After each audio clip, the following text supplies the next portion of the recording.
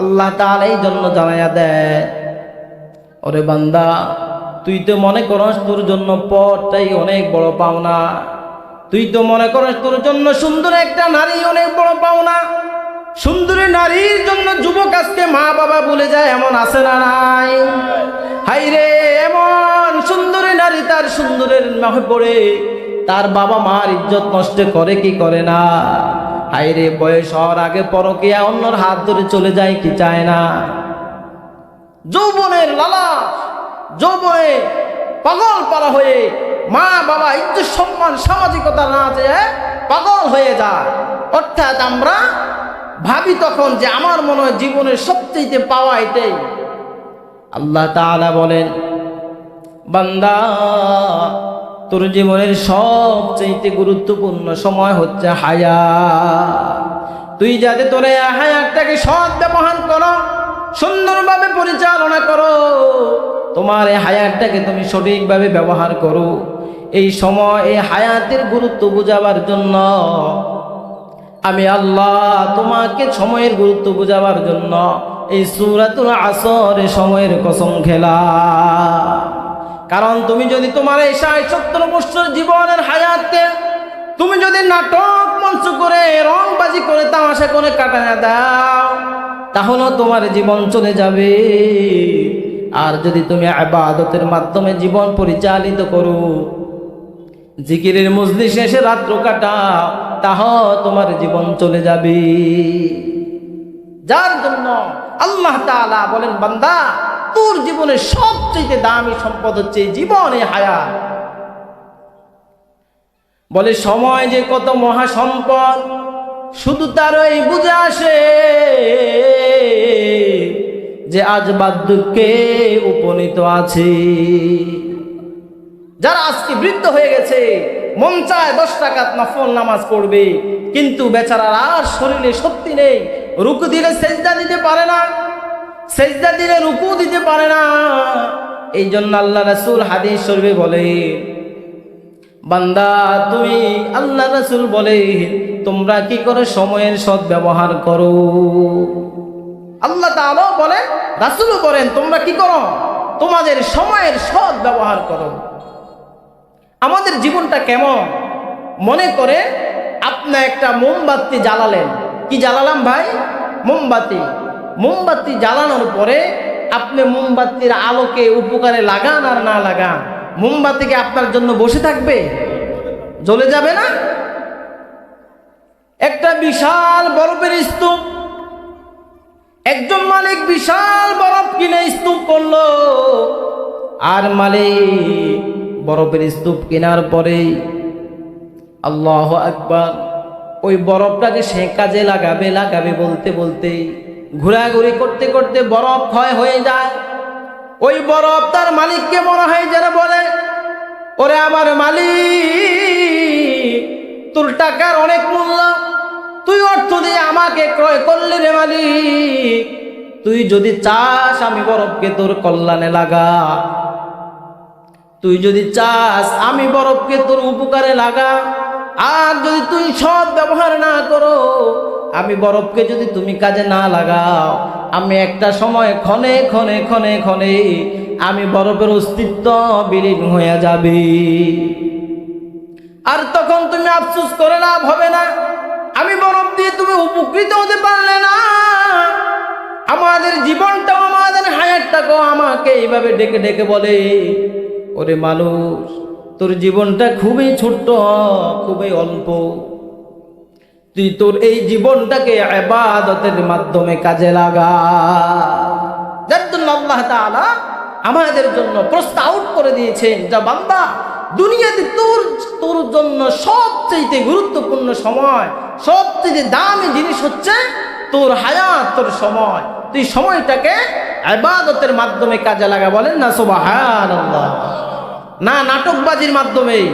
নির্বাচন তো আসছে, অমুক ভাই তুমুক ভাই বলতে বলতে ফেনা তুলে ফেলবো, কিন্তু মসজিদে এসে 5 মিনিট ইমাম সাহেবের বয়ান লম্বা হলে আর দেরি সহ্য হয় না, কিন্তু ক্লামবুটের ঘরে, লুড্ডুর ঘরে, আড্ডার ঘরে ঘন্টাকে ঘন্টা যায় কি যায় না। এই সময়গুলো তোমাকে বলে, হেরে নাফরমান, হেরে গাদ্দার, ওই আল্লাহ তোকে রহম করে, দয়া করে, মায়া করে তোর মায়ের গর্ভে লালন পালন করে তোকে তো মায়ের ঘরে মৃত্যুবরণ করায় দিতে পারতো কি পারতো না? আল্লাহ তোকে দয়ার মায়া করে হায়াতের জীবন দান করে দুনিয়ার আলো বাতাস দেখালো, আর তুই দুনিয়ার আলো বাতাস পায়া কিভাবে আমি আল্লাহর নাফরমানি করু? সময় আমাদেরকে অভিশাপ দেয়, জমিন আমাদেরকে অভিশাপ দেয়। এই যে মাঝে মাঝে ভূমিকম্প হয় না ভাই, বলছে যেই সমাজে, যেই জাতির মাঝে কি হয়, নির্লজ্জতা, বেহায়াপনা, গান বাদ্য হবে, যেখানে নারী কেলেঙ্কারি হবে, নারী জনিত গুনাহগুলো হবে, ওই সমাজে অধিক পরিমাণে গান বাদ্য হবে, অধিক পরিমাণে ভূমিকম্প হবে। বলেন না নাউযুবিল্লাহ। আল্লাহ আপনি আমাদেরকে, আমাদের দেশকে, জাতিকে, সমাজকে উপরোক্ত গুনাহ থেকে হেফাজত করে সবাই বলেন আমিন। আল্লাহ তাআলা বলেন ওয়াল আসর ইন্নাল ইনসানা লাফি খুসর। আল্লাহ তাআলা বলেন ওয়াল আসর ইন্নাল ইনসানা লাফি খুসর, নিশ্চয় অধিকাংশ মানুষ ক্ষতিগ্রস্ত। আল্লাহ কি বলে? নিশ্চয় অধিকাংশ, বেশিরভাগ মানুষ ক্ষতিগ্রস্ত। আহা, যে আল্লাহ মানুষ বানালে, সে আল্লাহ তাআলা মানুষের ব্যাপারে বলে, মানুষ তোমরা এমন নিমুখ হারাম, এমন গাদ্দার, এমন বেঈমান, তোমরা আমার পথকে বাদ দিয়ে, আমার হাবিবের অনুসরণ বাদ দিয়ে তোমরা শয়তানের অনুসরণ অনুকরণ করো, তোমাদের চাইতে নাফরমান গাদ্দার আর কেউ হতে পারে না। আল্লাহ তাআলা বলেন ইন্নাল ইনসানা লাফি খুসর, নিশ্চয় অধিকাংশ মানুষ ক্ষতিগ্রস্ত। অধিকাংশ মানুষ ক্ষতিগ্রস্ত। তবে হ্যাঁ, অধিকাংশ বললে বোঝা যায় কি, কিছু সংখ্যক মানুষ ভালো আছে, ক্ষতিগ্রস্ত না। কি বলেন? একটু জিকির করি, লা ইলাহা, জোরে লা ইলাহা,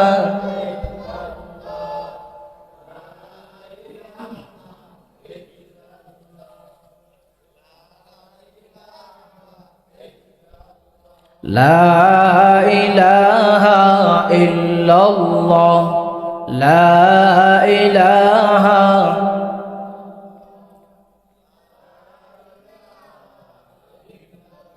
লা ইলাহা ইল্লাল্লাহু মুহাম্মাদুর রাসূলুল্লাহ সাল্লাল্লাহু আলাইহি ওয়াসাল্লাম।